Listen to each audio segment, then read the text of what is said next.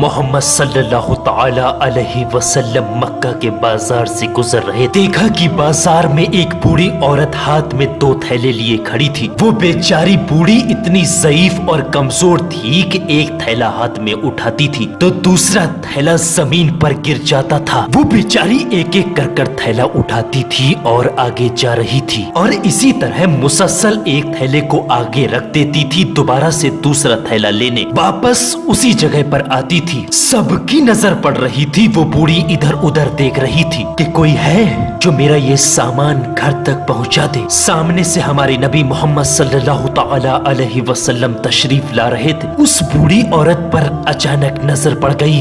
पास आकर उस बूढ़ी औरत के फरमाया, या उम्मा मा तफालिमा, क्या मैं थैला उठाने में मदद कर सकता हूँ? अब उस बूढ़ी माँ ने जवाब दिया कि एक थैले को तू उठा ले और एक थैले को मैं उठा लेती हूँ। नबी ने कहा, माँ रहने दे।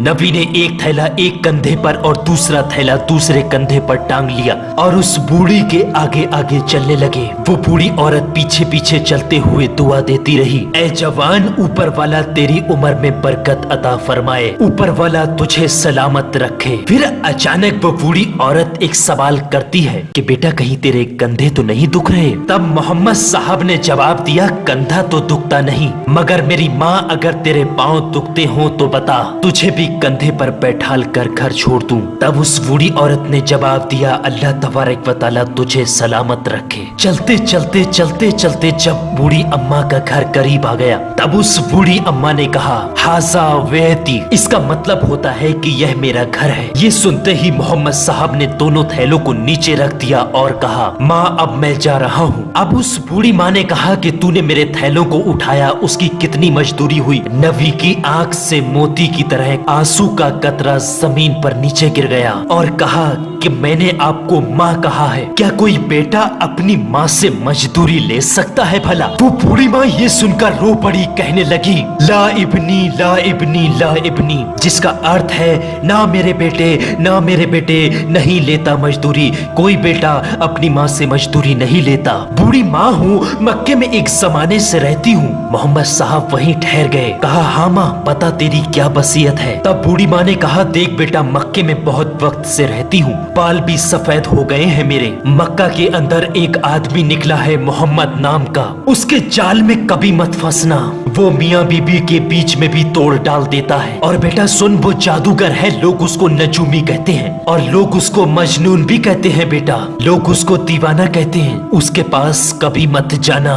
नबी की आंखों में ये सुनते सुनते आंसू आ गए। कहा, हाँ माँ जैसा तूने कहा वैसा ही करूँगा। वो बूढ़ी तजर्बेकार औरत थी और पूछने लगी कि बेटा तू रोता क्यों है? तब मोहम्मद साहब ने जवाब दिया, कोई बात नहीं माँ, जब तुम्हें दोबारा कभी मेरी जरूरत पड़े तो मुझे याद कर लेना, मैं हमेशा आपकी खिदमत के लिए तैयार हूँ। और ये कहकर वहाँ से रवाना होने लगे। तब उस बूढ़ी औरत ने कहा, ना तुझे इस अम्मा का वास्ता, बता तू आखिर रोता क्यों है, वजह क्या है इसके पीछे? तब मोहम्मद साहब ने फरमाया कि ऐ माँ, तू जिस मोहम्मद के डर से मक्का को छोड़कर जा रही है, जिस मोहम्मद से तू मुझे रोक रही है, वो मोहम्मद कोई और नहीं, वो मोहम्मद मैं ही हूँ। मेरे दोस्तों वो माँ थी। माँ ने मोहम्मद का जुमला सुनाते हुए कहा, बेटा मोहम्मद तू ही है। तो ये बूढ़ी औरत दुआ करती है कि अगर तू वास्तव में जादूगर है तो अल्लाह तबारक व तआला हर मक्का वासी को जादूगर बना दे। अगर तू नजूमी है तो अल्लाह मक्का के अंदर रहने वाले हर इंसान को नजूमी बना दे।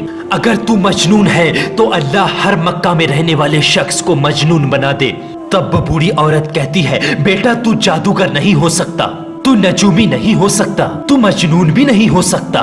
मैं आज इस जमीन के ऊपर गवाही देती हूँ, अल्लाह ने तुझे इस जमाने का नबी बनाकर भेजा है। और वो बूढ़ी माँ भी कलमा पढ़कर मुसलमान हो गई। जब मोहम्मद साहब वहाँ से तशरीफ ले जाने लगे तब उस बूढ़ी माँ ने कहा, बेटा माँ अपने बच्चों पर एहसान करती है, तू एक पहला ऐसा बेटा है जो इस माँ पर एहसान करके जा रहा है। تو میرے پیارے عزیز دوستو، یہ تھے ہمارے نبی محمد صلی اللہ تعالی علیہ وسلم اور یہ تھی ہمارے نبی کی تعلیم۔ دوستو ویڈیو اگر آپ کو پسند آئی ہے تو اس ویڈیو کو لائک کر کے زیادہ سے زیادہ آگے لوگوں تک شیئر کریں تاکہ یہ تعلیم بھی اور ہمارے نبی کی زندگی کے بارے میں زیادہ سے زیادہ لوگوں تک پتہ چل سکے۔ تو میرے پیارے عزیز دوستو فی الحال کی اس ویڈیو میں بس اتنا ہی، ملتے ہیں انشاءاللہ ایک اور نئی ویڈیو کے ساتھ۔ دعاؤں کی گزارش، میں ہوں عظیم الشان ملک، السلام علیکم ورحمۃ اللہ وبرکاتہ، اللہ حافظ۔